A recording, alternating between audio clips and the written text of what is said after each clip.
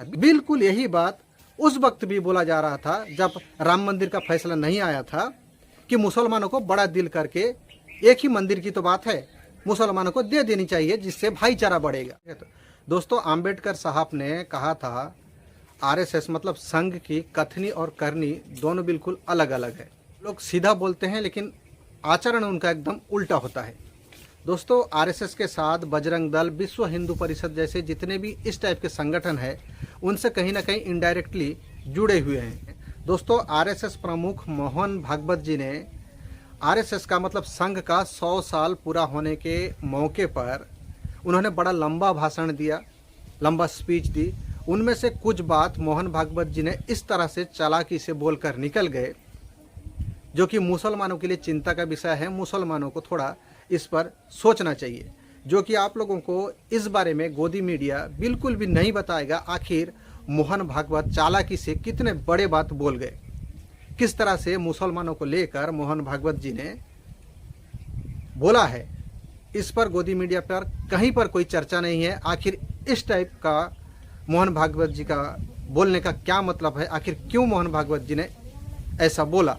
तो दोस्तों, चलिए मोहन भागवत जी ने आखिरकार मुसलमानों को लेकर क्या बोला है इस पर थोड़ा सा समझते हैं। क्या मुसलमानों के लिए ये चिंता का विषय है कि नहीं, आप लोग भी विचार करिएगा। दोस्तों, ये बात ख्याल रखें और इसी से ही पता चल जाएगा आखिर आरएसएस संघ हमारे देश के संविधान के ऊपर उनका कितना विश्वास है। सोचिए, वो संगठन आरएसएस हमारे देश के राष्ट्रीय ध्वज को एक लंबे समय तक, तिरंगा को एक लंबे समय तक नहीं फहराया। दोस्तों, राम मंदिर का फैसला आने के बाद मुसलमानों ने उसे खुशी खुशी स्वीकार किया। मुसलमानों ने सोचा चलिए एक मस्जिद की बात है, उसे मान लेते हैं। लेकिन जैसे ही राम मंदिर बना, काशी और मथुरा की बात सामने लाया गया।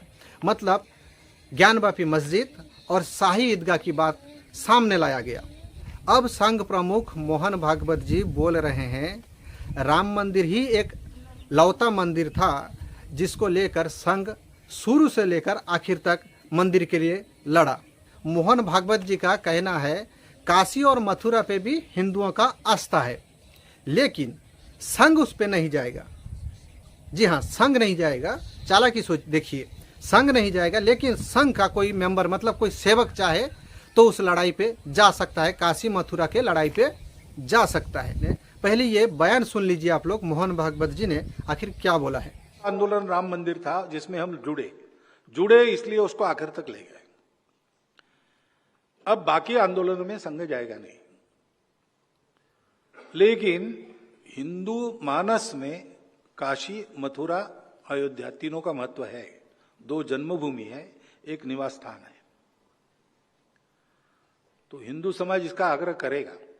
संघ इस आंदोलन में नहीं जाएगा, लेकिन संघ के स्वयंसेवक जा सकते हैं, जिसको स्वयंसेवक भी प्रश्न पूछते रहते हैं। तो थोड़ा इतना भी होना चाहिए, चलो भाई 3 की ही बात है ना, ले लो, ये क्यों ना हो।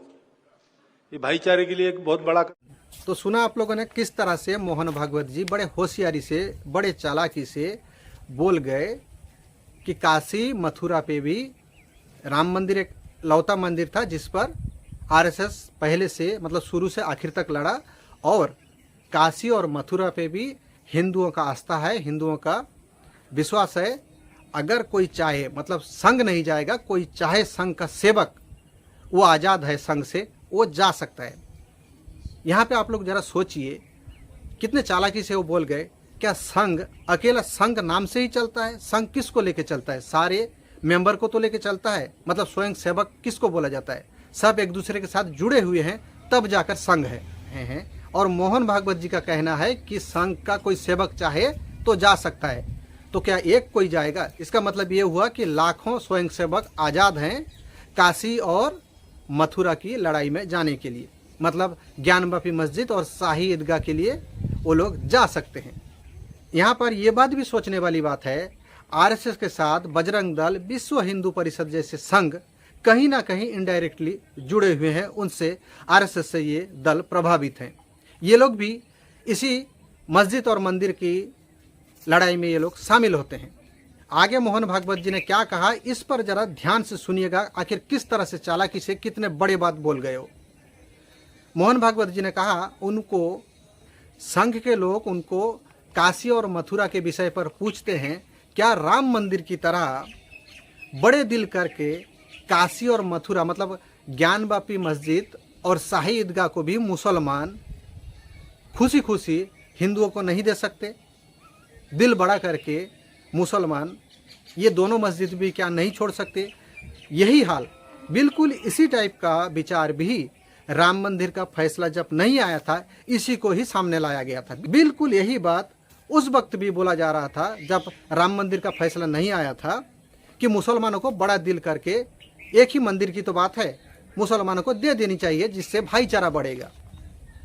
अब ये बात आगे बढ़ के 2 कदम आगे बढ़ के शाही ईदगाह और ज्ञानवापी पे आ गया है कि काशी और मथुरा को भी मुसलमानों को छोड़ देनी चाहिए, भाईचारा बढ़ेगा, मुसलमानों को बड़ा दिल करके दे देनी चाहिए।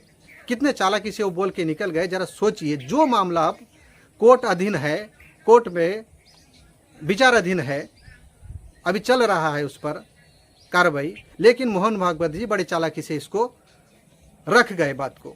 अब आप लोग देखिएगा टीवी पर यही बात चलेगा कि मुसलमानों को बड़ा दिल करके ये दोनों मस्जिद को भी छोड़ देनी चाहिए। आखिर राम मंदिर, काशी और मथुरा ये तीनों की तो बात है। बिल्कुल दिन रात यही डिबेट चलेगा कि मुसलमानों को बड़ा दिल करके तीनों एक तो दे दिए, बाकी 2 देने में क्या परेशानी है?